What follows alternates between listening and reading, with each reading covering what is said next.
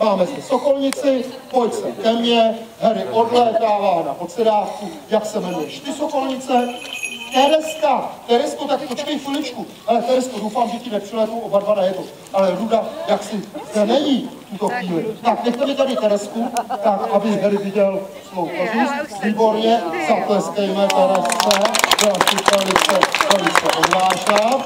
A já si poprosím ještě jednoho sokolníka. Tak, chlapec v modrém, oběž ke mně, levou ruku do rukavice a ještě jednou Káně Harrisova, lovec z dalekého slunného Mexika, při letu a lovu své kořisti natáhne ručku a pevně drž kořist, výborně, a zvládl to úplně, ale úplně sám. Káně Harrisova nám v tuto chvíli dolétala.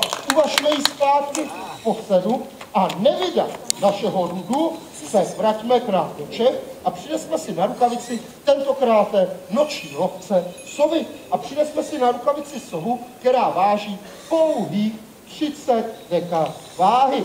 S barvením svého peří nám dávající na vědomí, že je původním obyvatelem skal, jejich jeskyní a výrutí. Odkud sovy pálené byly vytlačeny, byly nuceny si všimnout našich lidských aktivit a přijmout naše budovy jako skály.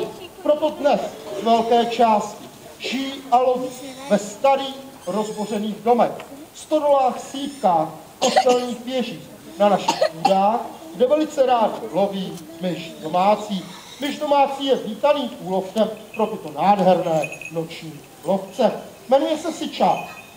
Ne protože by zlobil, ale protože sičí řeští. Proto jsem mu dal toto jméno. My lidé se velice mylně, již od raného věku domníváme, že sovy dělají hůl. Tak na to velice rychle zapomeňme, že to není zcela tak přesné. Sovy zkrátka nehoukají, pískají, mlaskají, syčí či vřeští, dokonce i krochtají, vydávají spoustu jiných zvuků, jenom ne houkat. Vychutnejme si neslyšný leco v podání sovy pálené.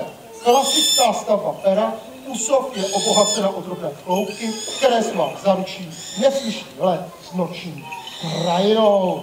Tak, výborně, Ruda je daleko a tak si vyberu třeba zde slečnu modrém. Pojďte, budete na něj volat sičáku, to vám půjde levou ruku do rukavice, otočte se bokem, propněte ruku s rukavicí, mezi palec a dlaň dostanete šťavnatý kousek masa. Křidélko z kuřátka, výborně, budete volat sičáku.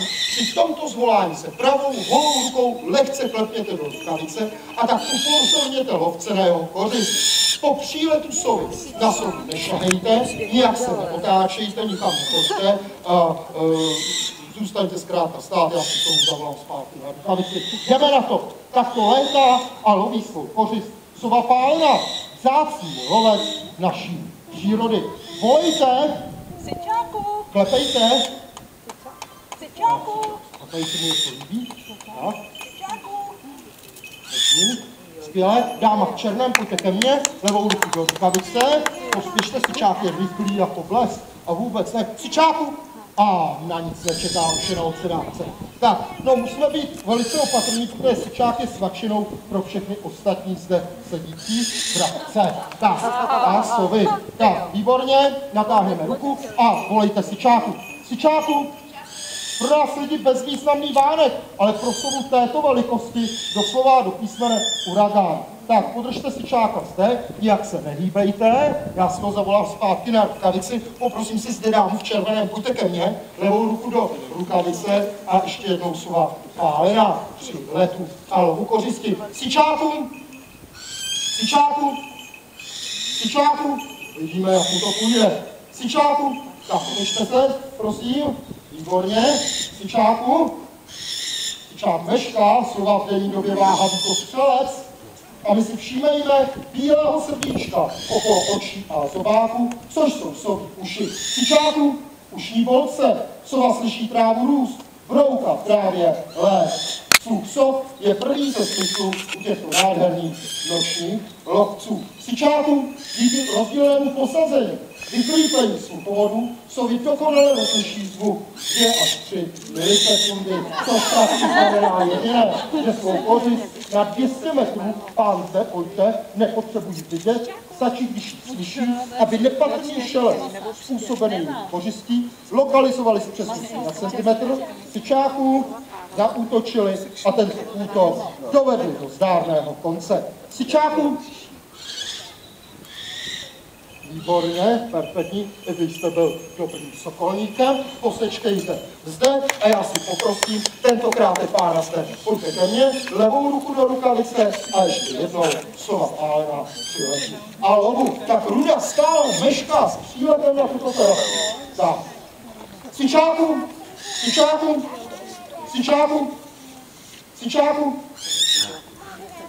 Výborně, perfektní, zůstaňte takto stát, nehýbejte se, vydejte ruku z rukavice, pán jste v podstole, pojďte ke mně, levou ruku do rukavice, tak, uvidíme, a sičáku se otáčí, sičáku, sičáku, výborně, teďka vybrala ten vítr, zatleskejme pánovi Sičákovi, stojí to velice dobře, slova pána tuto chvíli dolétala, uvažme ji zpátky k posedu.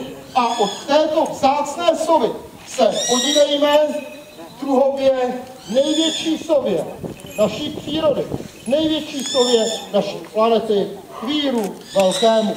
3 kila váh, 1,80 m rozpětí křídel. Vrcholový lovec naší přírody, který kromě většího a silnějšího víra nenalézá v krajině konkurenta. Ruda! A Ruda proletává. Ruda! Hop, hop! Tak uvidíme, jestli je to Ruda, anebo divoký jedinec, ale míří si to sem k nám, takže mohl by to být Ruda. Uvidíme. Tak, krásné kroužení ptačího lovce na obloze. Ruda, hop, hop, hop. Ruda, Ruda, hop, hop. Tak já se pokusím zavolat dravce zpátky na rukavici. Uvidíme, zda je to Ruda či nikoliv. Ruda, hop, aby to nebylo ano, to je tu větší dravec. Tak uvidíme. No, v tuto chvíli mi nezbývá, než být velice, ale velice trpělivý. Tak uvidíme. Ještě jednou natáhnu ruku z rukavice.